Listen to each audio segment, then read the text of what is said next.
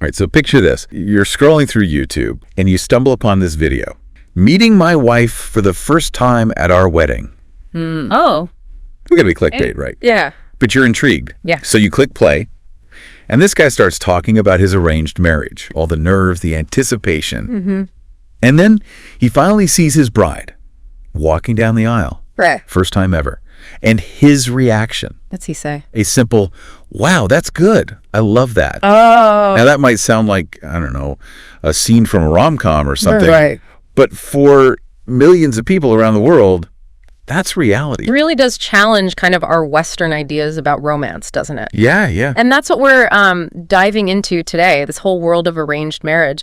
It's fascinating, but also often misunderstood. Definitely. We're going to try to peel back some of those stereotypes, uncover the reality, the history, how things are changing, even how tech is playing a role. Like stepping into a different world where love and marriage are viewed through a completely different lens. Exactly. And trust me, you might be surprised. Absolutely.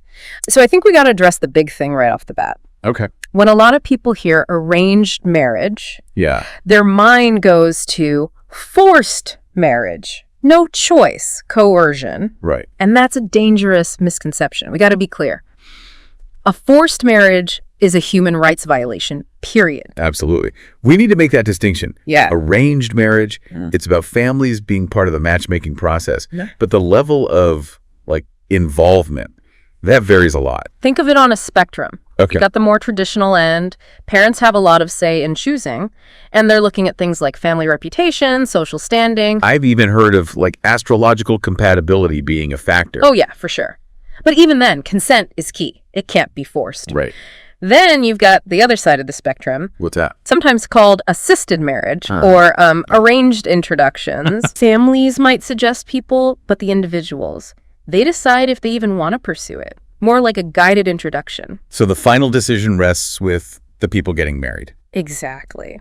And this spectrum is really important to remember. It's not this monolithic thing the Western media often shows. Right, right. It's more nuanced than that. Definitely. And it brings up another misconception, What's that? that these marriages are just loveless, like some kind of business deal, no passion or connection. Right. And this is where things get really interesting, because it makes us look at our own cultural biases. Okay. See, in many cultures where arranged marriage is common, love isn't seen as a prerequisite for marriage. So not like that initial spark we're always told is so important. Not necessarily. It's more about building a foundation. Yeah. Compatibility, shared values, family support, and there's research that suggests this can actually lead to a more stable, long-lasting kind of love. Really? Yeah, it's pretty cool. Interesting. So it's not about that initial rush of romantic love. Not always. It's about building something strong. And research backs that up. Like that study from the University of Chicago. Couples in arranged marriages reporting higher marital satisfaction. Right. Interesting stuff. Now, this isn't to say arranged marriages are perfect or that love marriages are all doomed. Of course not. It's just a different perspective on how love and relationships can develop. It shows us there are many paths to lasting love, and culture shapes our expectations a lot. And let's not forget the historical context. This isn't a new thing.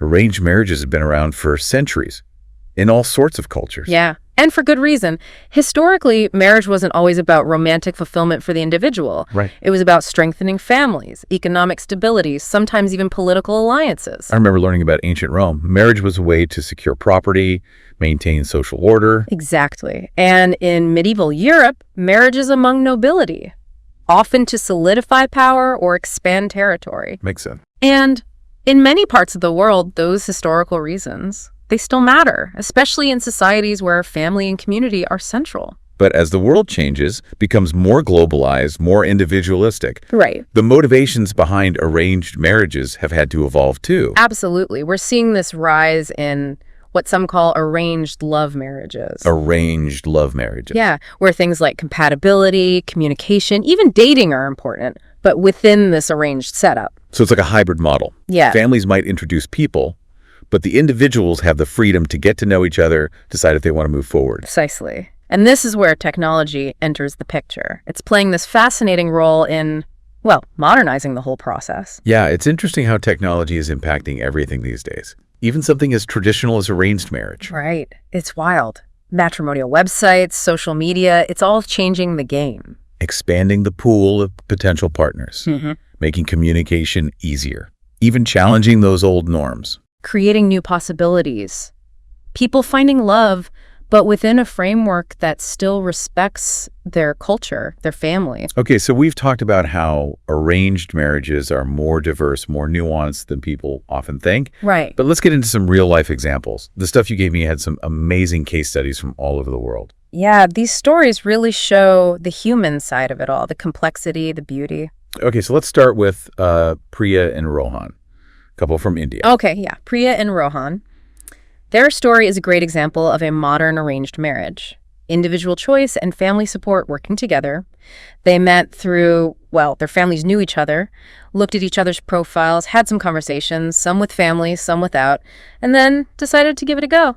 What's really interesting about Priya and Rohan, their love wasn't like this instant thing. Right. It was gradual, grew over time. Built on shared experiences, a real desire to understand each other really shows you that love can be a choice, a conscious decision to build something together. And their story isn't unique.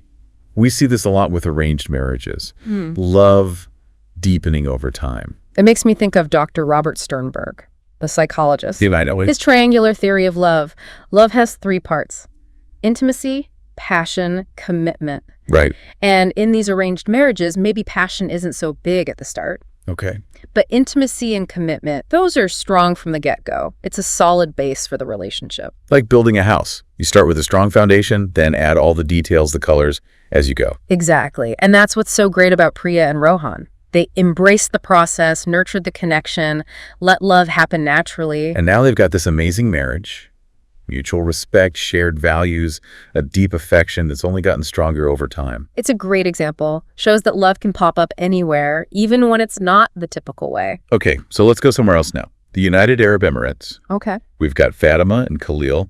Their story shows us how choice and compatibility play out differently within an arranged marriage. Yeah, Fatima, from what I understand, she wasn't so sure about arranged marriage at first. She was worried about being forced into something without a real connection. I can see how she'd feel that way. Yeah, totally. But then she met Khalil, through her family, of course, and she was surprised. What happened? They didn't click right away, no huge fireworks. It was more of a slow burn, intellectual curiosity, shared values, that kind of thing. Reminds me of that saying, don't judge a book by its cover. Exactly. Deep connections can show up in the most random places. So what about Khalil? What was he like? He seemed reserved at first, but Phasma saw something more. A sharp mind, a big heart, passionate about social justice, things that were important to her too. Wow, so they had a lot in common. Did their families approve? Well, there was some pushback. Their families had different ideas about social status. Ah, that can be tricky. Yeah. But Fatima and Khalil, they knew their connection was special. They were willing to fight for it. And they did. They got married. It's a powerful story. Shows how love can win even when there's pressure. And that individual choice can still exist in these traditional systems. It also shows how important communication is. Being able to talk openly, honestly. Totally. Fatima and Khalil. They spoke up about what they wanted, what they needed. They worked together to figure things out with their families, with their culture. It's a good reminder. Yeah. Even in arranged marriages, you got to communicate. It's key for a strong, happy partnership. Right. But not every story is so smooth. Right. The stuff you gave me also included Aisha's story. It shows how tough things can get when tradition clashes with what a person wants. Yeah, Aisha's story really hits home, especially for second-generation immigrants. Caught between their parents' culture and the values of where they grew up. Exactly. Aisha's in college in the U.S. She grew up with a more Western view of relationships. Right. But her parents, they're from Pakistan, very traditional. They expected her to have an arranged marriage. Wow, that must have been hard for her. It was a huge internal struggle. She loved her parents, respected their culture, but she wanted to choose her own partner, have that romantic connection. It's tough having to balance those different worlds. Absolutely. Aisha's story reminds us that arranged marriage isn't always easy, and figuring out those different cultural expectations, really hard, especially for young people. Definitely. So what can people do? Well, families need to listen to their kids, be open to compromise. And for people like Aisha, they need to speak up about what they want, but also be respectful of their family's background. Finding that balance, honoring tradition, but having your own autonomy too. Exactly. Okay, ready for our last case study? Hit me with it. Let's go to Japan. Technology's changing things up there. Oh, how so? We're going to meet Penji and Sakura. They met through Miai, but with a modern twist. They used online platforms. Shows how tech is bridging the gap between old customs and, well, how people date today.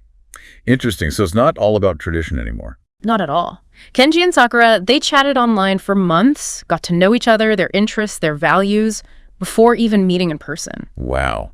Building a connection virtually through messages, video calls, before involving their families or anything. That's a huge change from the traditional Miai. Right. And their families. They were involved, supportive, but they made it clear. The final decision, that was up to Kenji and Sakura. So even within the Miai tradition, there's this growing recognition of individual choice.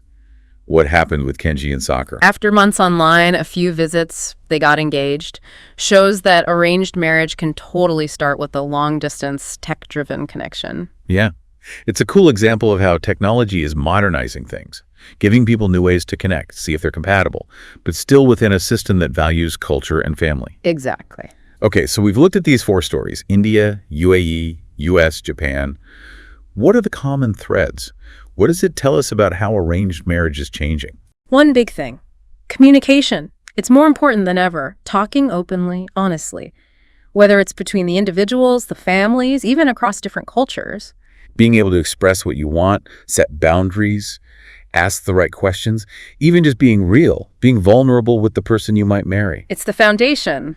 Another trend, individual choice is getting more emphasis, even in more traditional settings. People want to choose their own partners. They want compatibility, a connection they feel. Right. And families are getting more on board with that. They see that it's their kids' happiness that matters most. It's a shift we're seeing in society as a whole, more focus on individual happiness, personal fulfillment within marriage. And last but not least, these stories show us how important compatibility is. Finding someone you click with. Shared humor, similar interests, the same values, a deep connection. That's what makes a marriage work. Doesn't matter how you met. Yeah, that's a good point. No matter what culture you're from, we all want the same things. Love, companionship, someone to share life with. Exactly. It's about finding someone who gets you, supports you, makes you feel seen and appreciated. That's what makes a marriage successful, whether it's arranged or not. So as we wrap up our look at arranged marriage, what's your final thought? What's the one thing you want our listeners to take away? The main takeaway. Arranged marriage is not just one thing. It's super diverse, always changing, and ultimately it's about finding a path to a lasting connection, something we all want, right?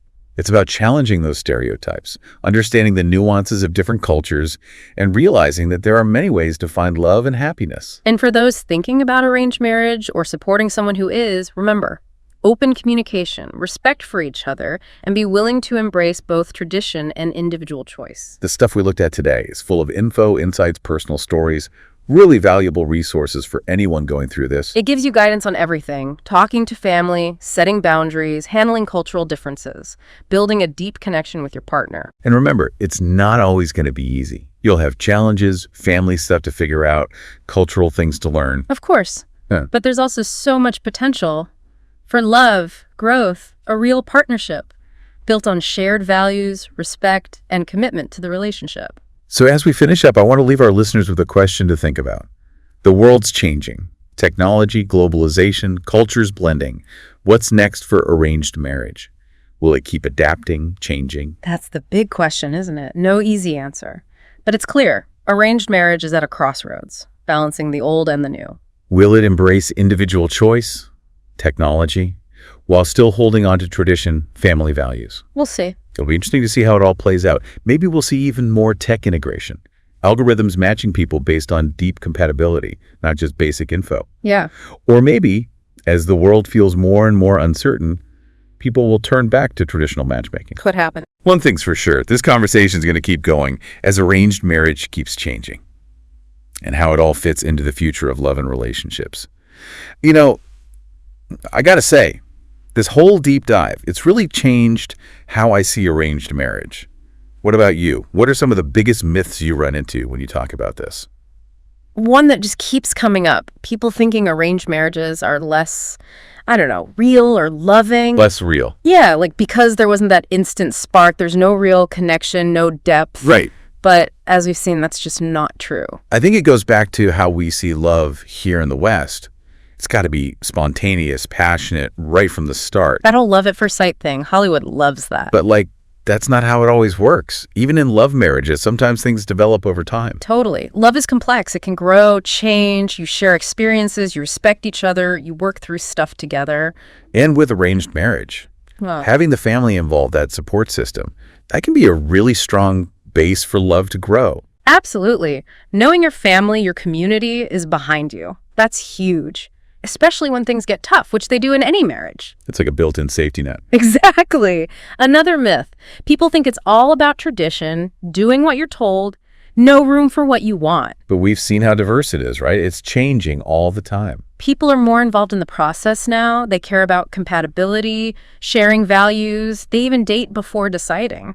It's way more nuanced than people realize. This blend of tradition and modern life. Family values, but also personal goals. Finding a way to have love and marriage that works for your culture and for you. That's pretty amazing when you think about it. Totally. It's recognizing that relationships are complicated. There's no one right way to do love and marriage. So for our listeners out there who are maybe thinking about arranged marriage, what advice would you give? Where do they even start? First thing, open your mind.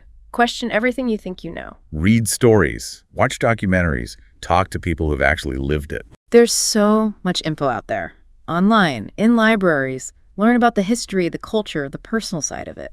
And if you're thinking about this for yourself, talk to your family. Be honest about how you feel, what scares you, what you hope for. It's key. And take some time to think about yourself. What do you believe in? What's important to you in a relationship?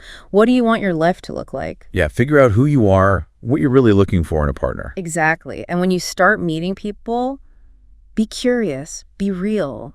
Don't be afraid to ask questions. Share what you like. Let yourself be vulnerable. It takes time to build a good relationship, arranged or not. And don't be afraid to ask for help. Talk to friends, family, maybe even premarital counseling. There are online communities too, people sharing their experiences. You can learn a lot from others who've been through it. That's like embrace the adventure. Be open to it. Be ready to grow and learn. Well, we've reached the end of our deep dive into arranged marriage. Thanks so much for sharing your knowledge with us. It's been eye-opening for sure. Happy to do it. Hopefully this has helped people see arranged marriage in a new light, understand it a bit better. And to our listeners, keep exploring this topic. There's so much more to it than those basic stereotypes. Love can show up anywhere, and there's no one right way to find a partner. So be open-minded. Enjoy the journey. Who knows? Maybe arranged marriage is more than just a tradition. Maybe it's a beautiful mix of love, family, and that human need for connection. Well said. Couldn't have put it better myself. And if you like this deep dive, make sure you subscribe to the deep dive. We'll be back with more fascinating looks at, well, the human experience.